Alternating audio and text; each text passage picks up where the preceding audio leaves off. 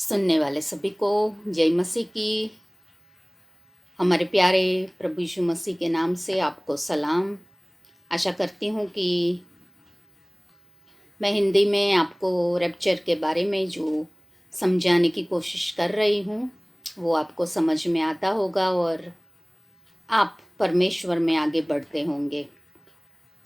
आज वही विषय पे हम आगे बढ़ने वाले हैं और जैसे कि आप टाइटल में देख सकते हैं कि मैंने एक नया शब्द लिखा है, हार्पाज़ो। वो क्या है? और जैसे मैंने बताया था कि रैप्चर ये शब्द का मीनिंग और जो अलग अलग बातें इसके साथ जुड़ी हुई है उसके बारे में आज हम बात करने वाले हैं। लेकिन हम ये शब्द का मीनिंग, अर्थ क्या है, इसमें जाए, इसके बारे में हम सीखे समझे। इससे पहले मैं एक बात बताना चाहती हूँ कि जो सिर्फ यही सिद्धांत के लिए महत्व का नहीं है, लेकिन हमारे पूरे मसीही जीवन का जो फाउंडेशन रखा जाता है उसके लिए ये बहुत बहुत बहुत ही ज़रूरी है। हमारे हमारे मसीह जीवन की नींव जिस पे रखी जाती है, इसके लिए ये समझना बहुत ज़रूरी है। और इसीलिए मीनिंग के बारे में भी ये जो मैं बताने वाली हूँ इसमें आएगा, लेकिन ये हार्पाज़ो के बारे में उसके बाद में बताऊँगी। तो जो बात मैं बताना चाहती हूँ ये है कि क्यों कई लोग ये सिद्धांत में विश्वास नहीं करते हैं। हम पिछली बार ये बात कर रहे थे कि हमें क्यों विश्वास करना चाहिए, तो इसके 3 कारण मैंने बताए थे आपको, 3 वजह बताई थी। आज लोग क्यों विश्वास नहीं करते हैं उसकी 3 वजह मैं बताने वाली हूँ। और ये बात जैसे कि मैंने बताया, सिर्फ यही सिद्धांत को स्पर्श नहीं करता है, लेकिन हमारे पूरे मसीही जीवन का जो फॉर्मेशन होता है उसके लिए ये जानना बहुत बहुत बहुत ज़रूरी है।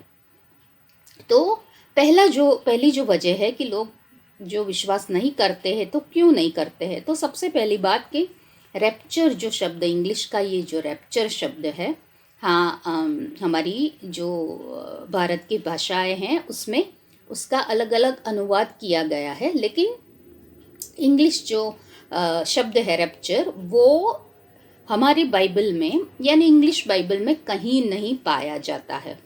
तो कई लोग ये आर्ग्यूमेंट करते हैं, ये दलील करते हैं कि ये शब्द तो बाइबल में है ही नहीं, तो क्यों हम उसके पर विश्वास करें। लेकिन ये बताता है कि हम अपने बाइबल के बारे में और अपनी कलीसियाओं के इतिहास के बारे में कितना जानते हैं, ये बताता है।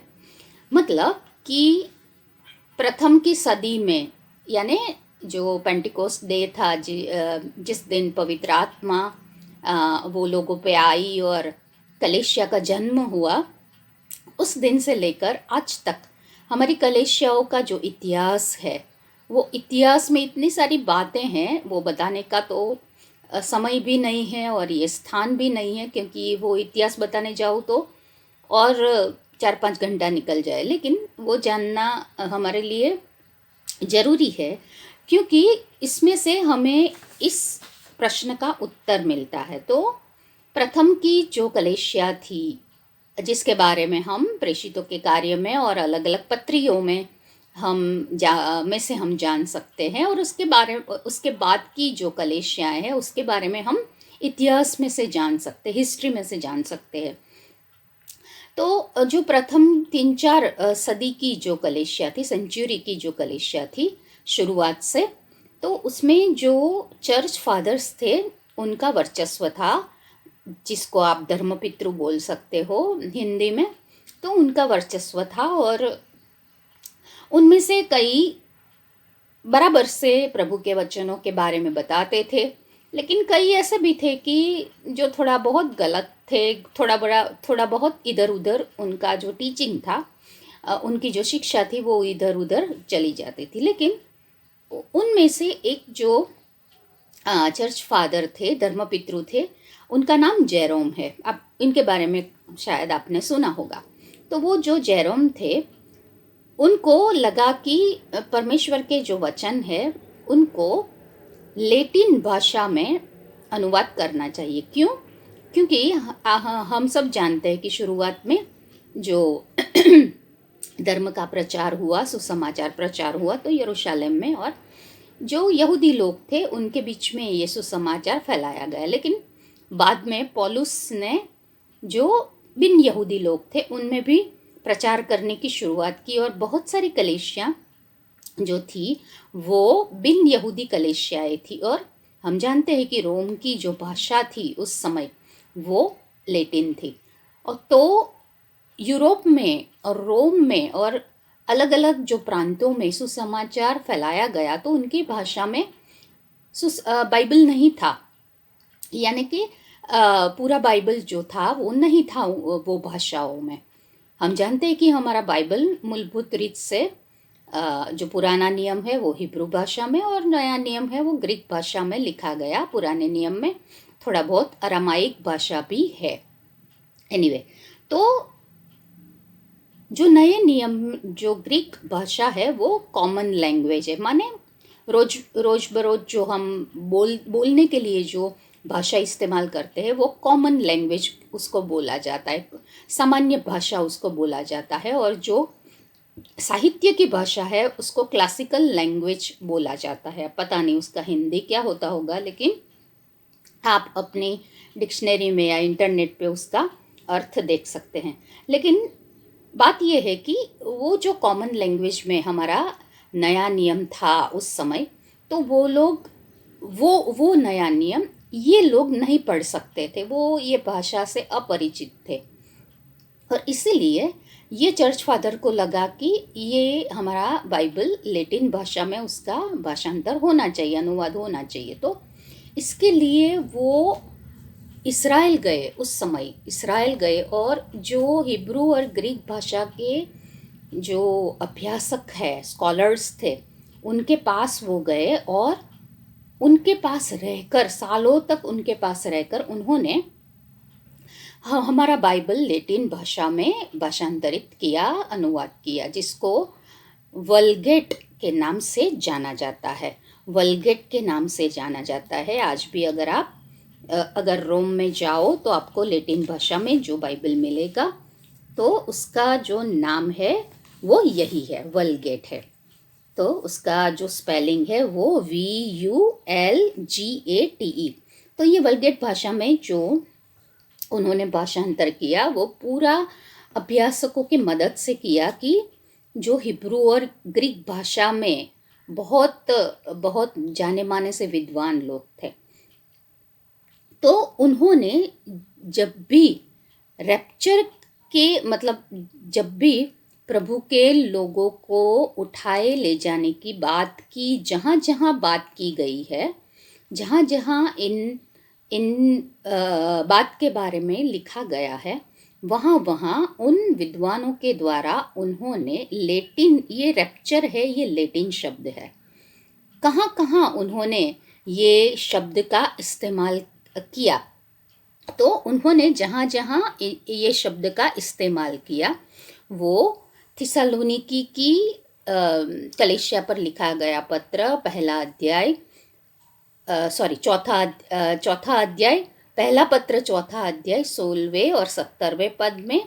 फिर करंथी कलीसिया पर लिखा गया पहला पत्र 15वां अध्याय और 52वां पद, और एफेसियों का पत्र, एफेसी कलीसिया पर लिखा गया पत्र, पहला अध्याय 10वीं कलम 10वां पद। दूसरा थिस्सलुनीकी का पत्री, उसका दूसरा अध्याय पहला पद।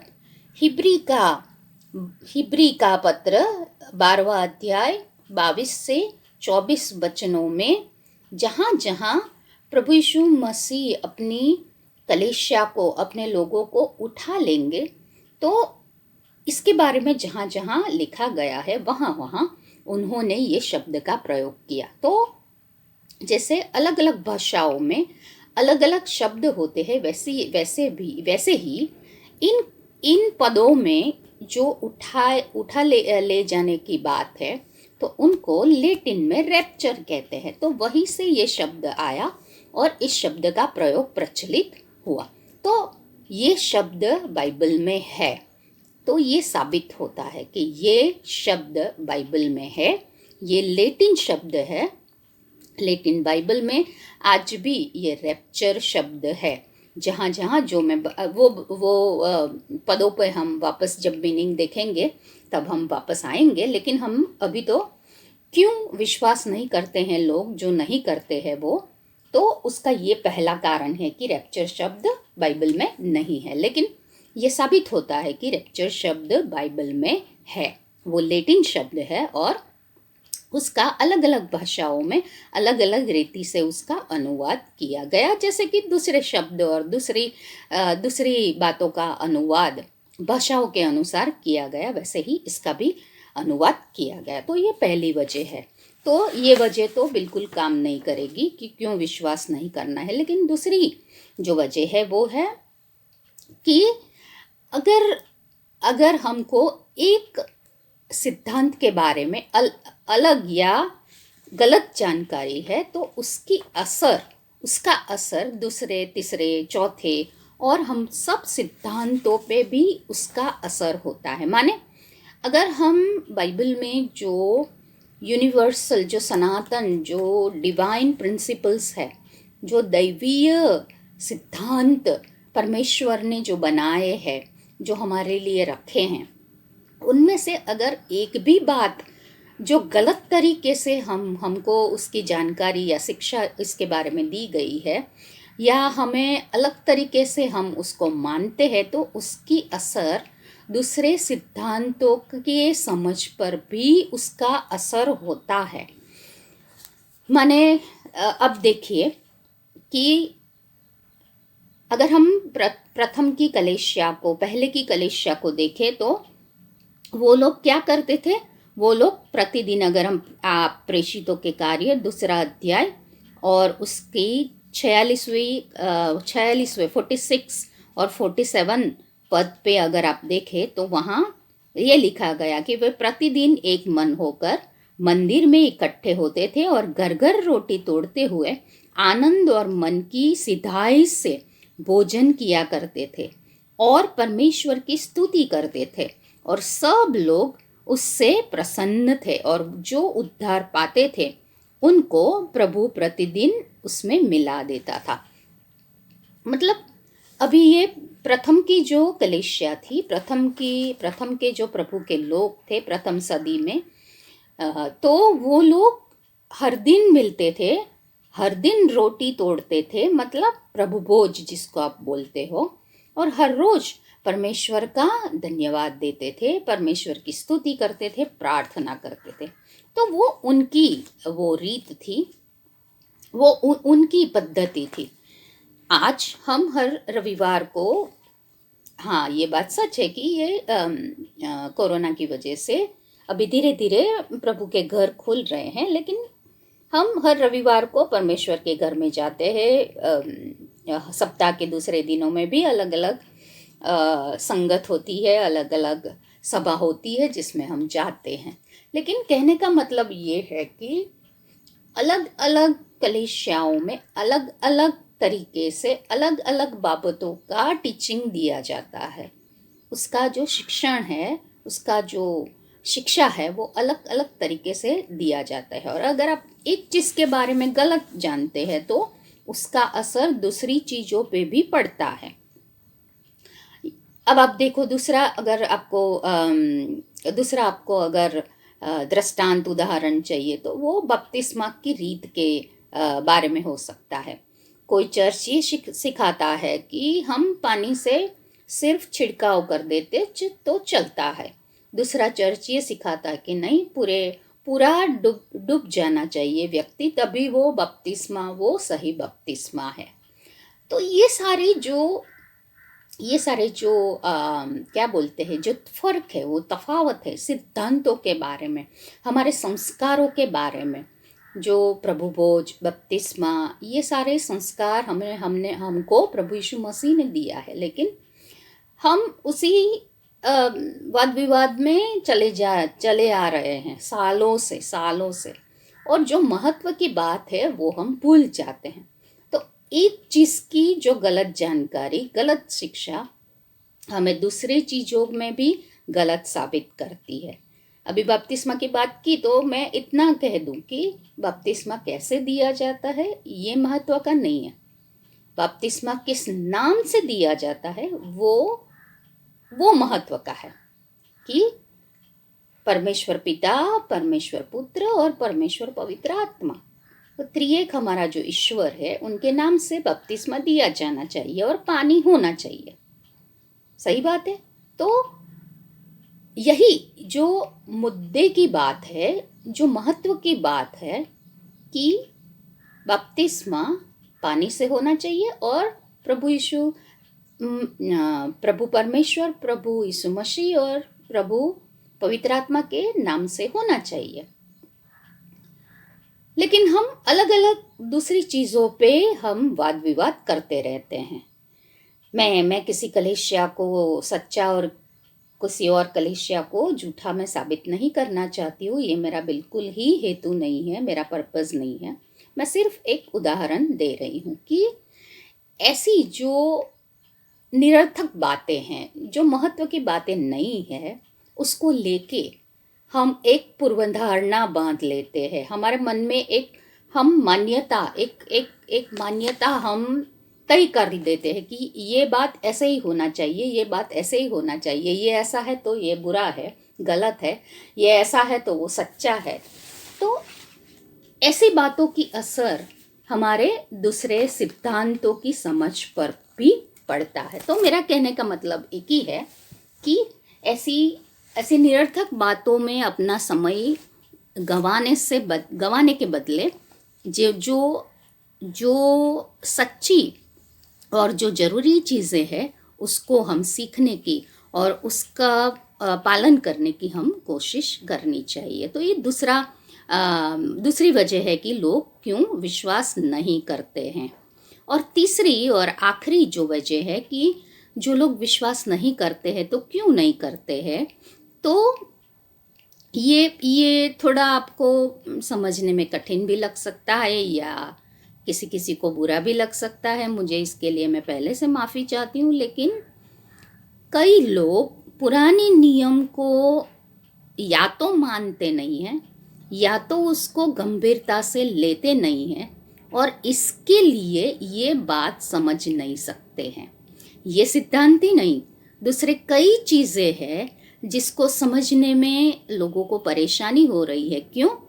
क्योंकि पुराने नियम को कई लोग, ये दुख की बात है कि कई लोग पुराने नियम को आउटडेटेड मानते हैं कि अब तो पुराने नियम का हमारे लिए उसकी कोई जगह नहीं है, उसका कोई महत्व नहीं है और पुराने नियम को छोड़ देना चाहिए, एक तरफ रख देना चाहिए और हमें सिर्फ नए नियम पे ध्यान देना चाहिए। लेकिन पुराने नियम के बिना नया नियम अधूरा है, ये बात आप समझ लीजिए। क्योंकि पुराने नियम में जितना प्रभु यीशु मसीह के पहले आगमन के बारे में लिखा है उतना और उससे ज़्यादा प्रभु यीशु मसीह के दूसरे आगमन के बारे में भविष्यवाणियाँ की गई है।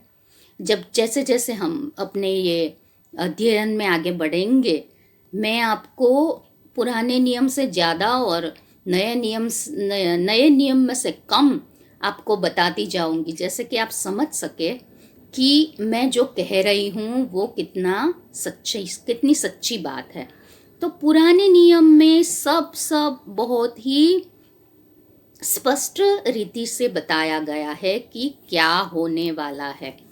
और रैप्चर के बाद जब हम ट्रिब्यूलेशन के बारे में यानी कि महाविपत्ति के समय के बारे में हम अध्ययन करेंगे, तब मैं इसकी समझ मैं आपको पुराने नियम में से ही देने वाली हूँ। नए नियम में तो है ही, लेकिन हम पुराने नियम में से ही पढ़ेंगे। तो बात ये है कि या तो लोग पुराने नियम को सीरियसली नहीं लेते हैं, गंभीरता से नहीं लेते हैं, या तो क्यों नहीं लेते, तो इसका एक कारण ये हो सकता है कि वो लोग ये समझ नहीं पाते हैं।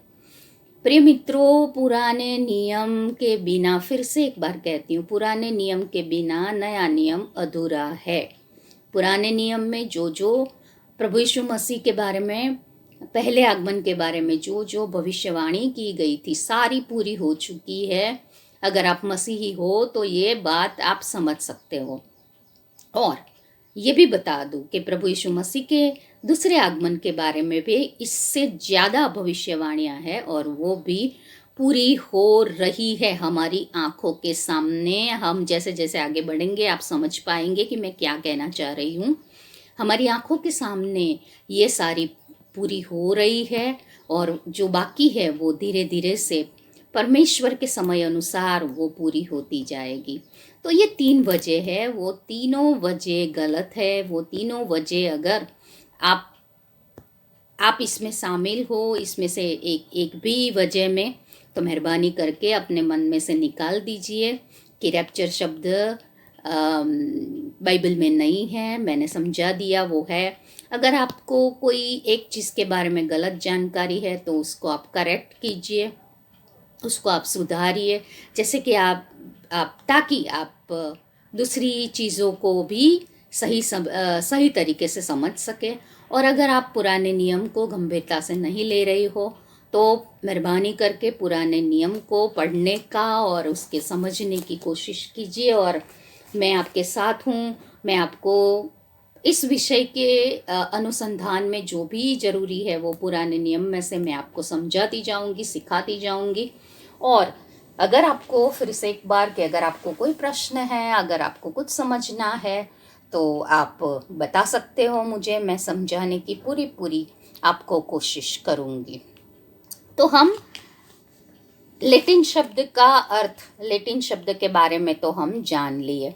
अब हम आते हैं अपने शब्द पे, हर्पाज़ो शब्द पे हम आते हैं। तो हर्पाज़ो जो शब्द है वो ग्रीक है, कि जिसमें हमारा नया नियम लिखा गया है।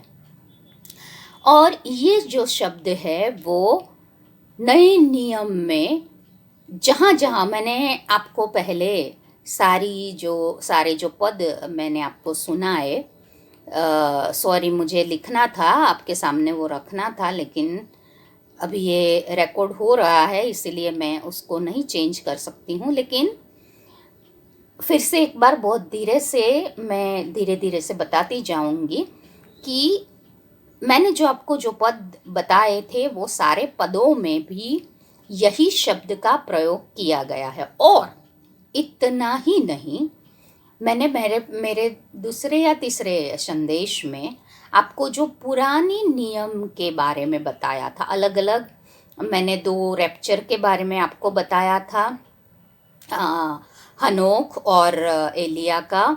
साथ में मैंने आपको पिछली बार 3 पदों को बारे में समझ दी थी वहाँ। और दूसरी कई जगहों पर जो हिब्रू शब्द का प्रयोग किया गया था वो बराबर से यही शब्द है। अब आप मुझे पूछेंगे कि वो तो हिब्रू है, नए नियम में तो ग्रीक है। तो आपको बता दूं कि ईस्वीसन पूर्व तीसरी सदी में, यानी कि अभी नया नियम शुरू भी नहीं हुआ था, उससे पहले ही हमारा जो ही पुराना नियम है उसका ग्रीक भाषा में भाषांतर हो गया था। समझ गए आप? हमारा जो पुराना नियम है उसका ग्रीक भाषा में भाषांतर ईस्वीसन पूर्व BCE, बिफोर क्राइस्ट, आप समझते होंगे। तो तब भी ग्रीक में उसका भाषांतर हो गया था और उसको सेप्ट्यूजिएंट के नाम से वो भाषांतर को जाना जाता है। तब ये बात जो हिब्रू, ग्रीक, लैटिन नहीं जानते हैं उनको, ऐसे लोगों के लिए ये सुनना थोड़ा बोरिंग हो सकता है, लेकिन ये जानना ज़रूरी है क्योंकि वो हमारी बाइबल की मूलभूत भाषा है, ओरिजिनल लैंग्वेज है। और अगर ओरिजिनल लैंग्वेज में जाकर हम इन सारी चीज़ों का अध्ययन करते हैं तो वो ज़्यादा हम उसके बारे में ज़्यादा समझ सकते हैं, हमारे लिए ज़्यादा स्पष्ट होता है। और इसीलिए मैं ये शब्द का जो मीनिंग है उसके बारे में आज आपको बता रही हूँ। और यही कारण नहीं है, इसके साथ साथ दूसरा कारण ये है कि दूसरी वजह ये है कि जब आप वो शब्द जहाँ जहाँ इस्तेमाल किया गया है तो वहाँ वहाँ उसका अर्थ क्या है, अगर ये आप सुनेंगे तो आप सचमुच में आश्चर्य में आ जाएंगे। ये परमेश्वर के वचन है मित्रों, ये परमेश्वर के जीवंत वचन है। और आप जितना उसको ज़्यादा उसमें ढूंढोगे, आप ज़्यादा ही उसका अर्थ समझ पाओगे। बहुत खजाना छुपा हुआ है परमेश्वर के वचनों में। तो वही खजानों में से कुछ मैं आज आपको बाहर निकाल के बताने वाली हूँ। अभी वो जो सारे पद है पुराने नियम में और नए नियम में जहाँ ये शब्द का प्रयोग किया गया है, मैं सारे पदों को तो बता नहीं सकती, क्योंकि अगर वो बता नहीं जाऊँ तो फिर से एक बार 2-3 घंटे लग जाएंगे। लेकिन मैंने 4 पदों को पसंद किया है कि जिसके बारे में आज हम स्टडी करेंगे, हमारे पास जो जितना समय बचा है उसमें। तो सबसे पहला पद की जो रैप्चर के बारे में जोर शोर से हमें कहता है और ये पढ़ा भी जाता है, वो है थिस्सलुनीकी की कलीसिया पर लिखा गया पौल प्रेरित का पत्र, उसका 4 अध्याय और उसका 16वां और 17वां वचन। थिस्सलुनीकी की पहली पत्री, उसका 4 अध्याय 16वें और 17वें पद में ये शब्द का प्रयोग किया गया है। हम पढ़ते हैं उसको, 16वें और 17वें पद। वहाँ लिखा गया है कि क्योंकि प्रभु आप ही स्वर्ग में उतरेगा, उस समय ललकार और प्रधान दूत का शब्द सुनाई देगा और परमेश्वर की तुरही फूंकी जाएगी और जो मसीह में मरे हैं वो पहले जी उठेंगे। तब हम जो जीवित और बचे रहेंगे उनके साथ बादलों पर उठा लिए जाएंगे कि हवा में प्रभु से मिले। उठा लिए जाएंगे, उसका जो इंग्लिश है वो कॉट अप टुगेदर। अब इसका जो मीनिंग है, इसका जो अर्थ है उठा लिए जाएंगे, जिसको लैटिन में हरपत्सो अनुवाद किया गया है, उसका जो मीनिंग है वो है टू सेज और प्लक अप बाय फोर्स।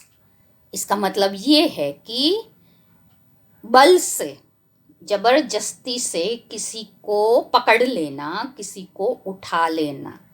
इसका मतलब क्या कि जो परमेश्वर के लोग हैं, मरे हुए जीवित होंगे और जो जिंदा होंगे, उनको, जो विश्वासी लोग, फिर से एक बार ये स्पष्ट करना जरूरी है, सब मसीही नहीं, जो विश्वासी है वो उनको प्रभु यीशु मसीह उठा लेंगे बल से, जबरदस्ती से। जैसे जबरदस्ती करके हम किसी को कहाँ ले जाते हैं, वैसे ही जबरदस्ती से परमेश्वर हमें इस दुनिया से खींच लेंगे, हमें निकाल लेंगे। क्यों निकाल लेंगे?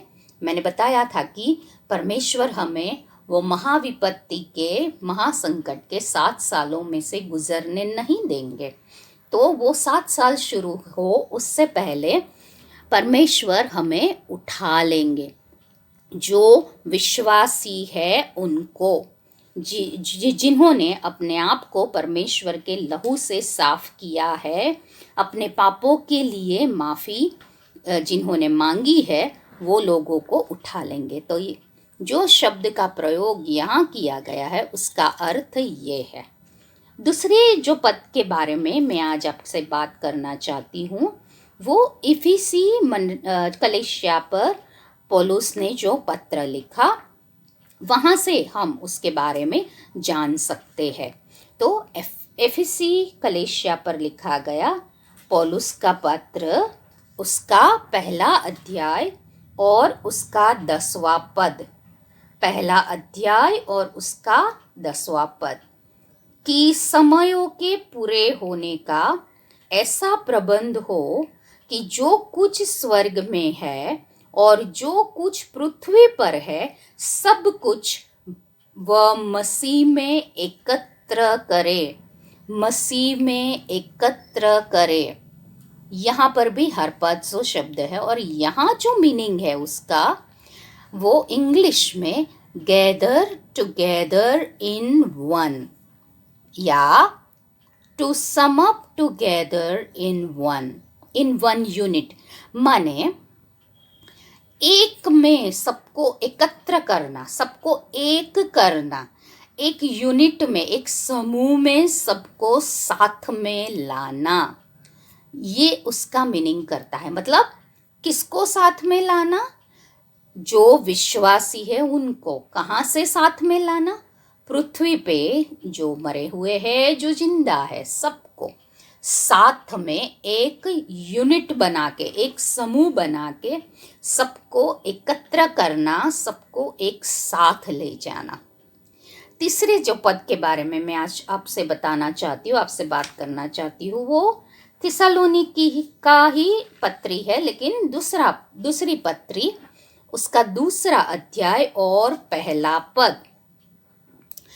दूसरी पत्री थिस्सलुनीकी कलीसिया पर लिखी गई हुई, उसका 2 अध्याय और पहला पद।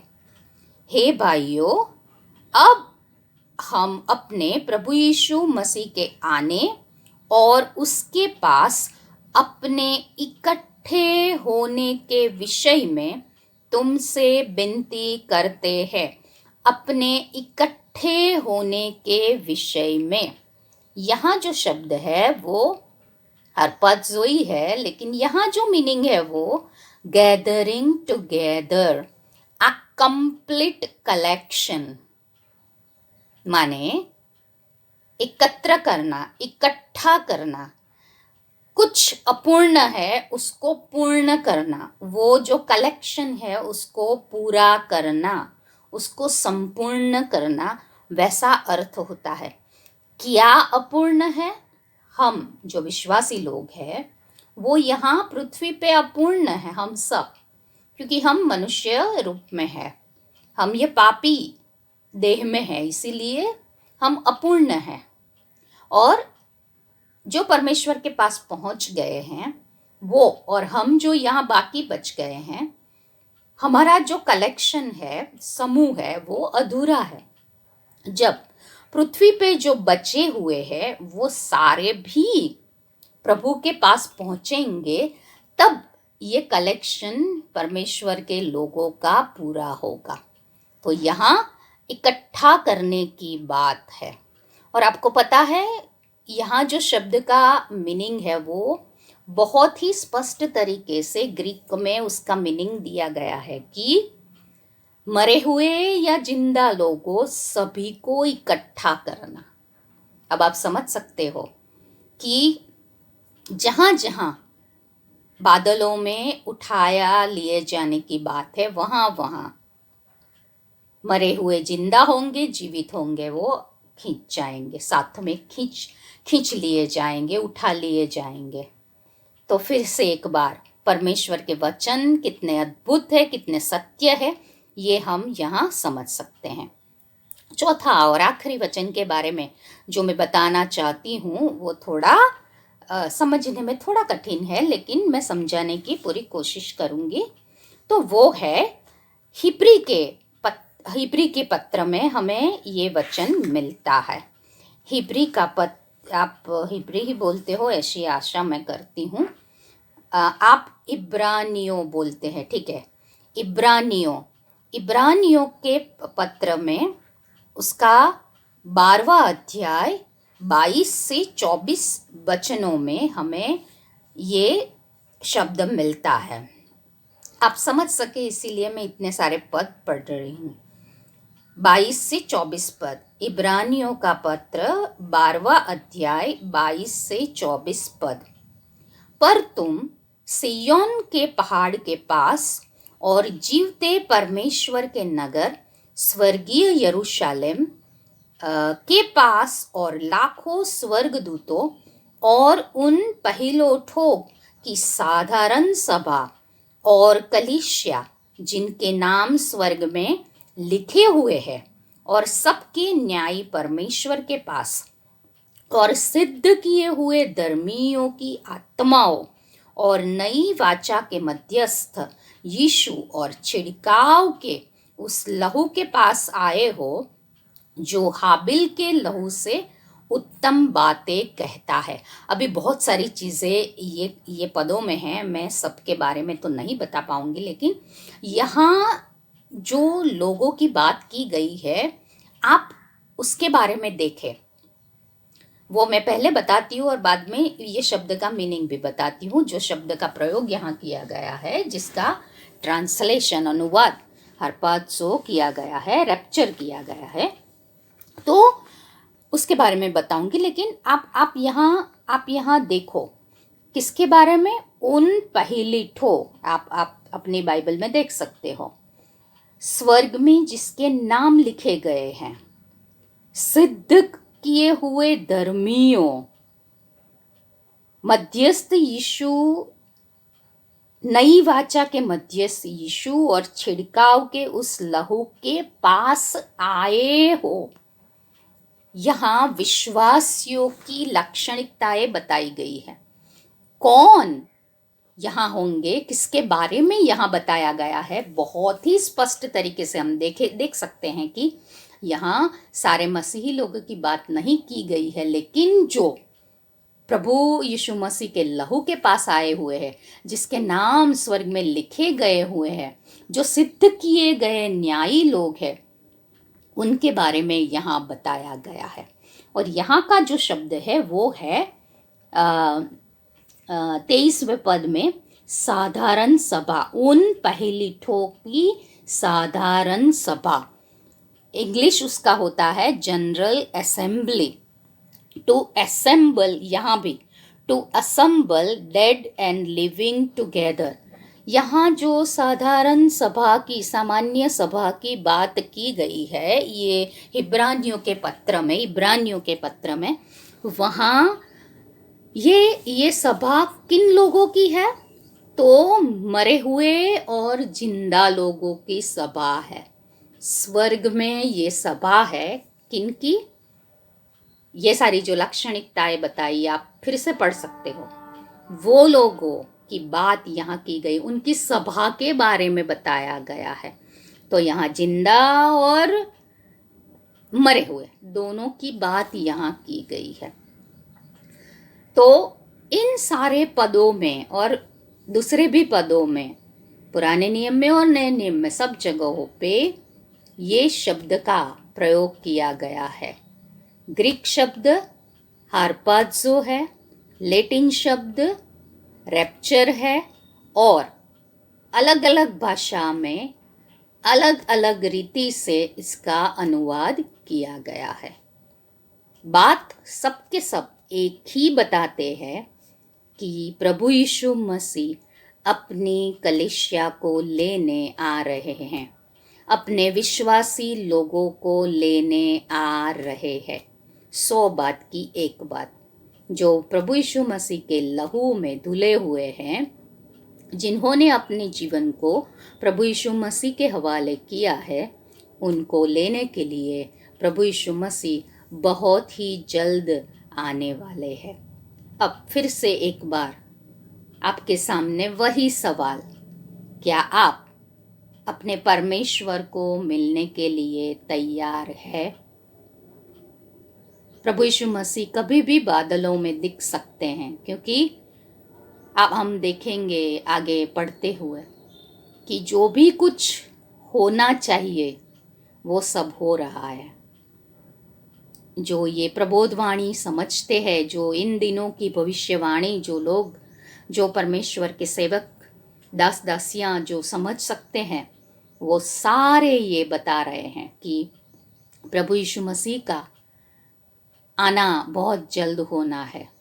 अब फिर से एक बार वो सिर्फ बादलों में आएंगे, वो सिर्फ विश्वासियों को दिखेंगे और अपने विश्वासी लोगों को वो खींच लेंगे, बल से खींच लेंगे, जबरदस्ती खींच लेंगे, ताकि इन दुनिया पर के दुखों का अंत हो सके और ऊपर के सुखों की शुरुआत हो सके विश्वासी लोगों के लिए। लेकिन जो लोग यहाँ वापस बच जाएंगे, जो रह जाएंगे, उनके लिए क्या है हम बाद में वो देखेंगे। एक और संदेश अभी रैप्चर के बारे में मैं आपको बताऊंगी, और उसके बाद जो यहाँ बच जाएंगे, जो यहाँ पीछे रह जाएंगे, उनका क्या होगा, उनके पर क्या क्या आने वाला है, इसके बारे में हम उसके बाद के संदेश में से हम वो बातें सीखेंगे। लेकिन अभी के लिए तो वही सवाल आपके सामने है। बार बार ये बात मैं पूछती हूँ, बार बार ये बात बताती हूँ। शायद आपको ये लगे कि मैं पागल हो गई हूँ या ऐसा भी कुछ आप सोच सकते हो, लेकिन मैं सिर्फ मेरे हृदय में परमेश्वर ने जो बोझ रखा है वही आपके साथ बांट रही हूँ।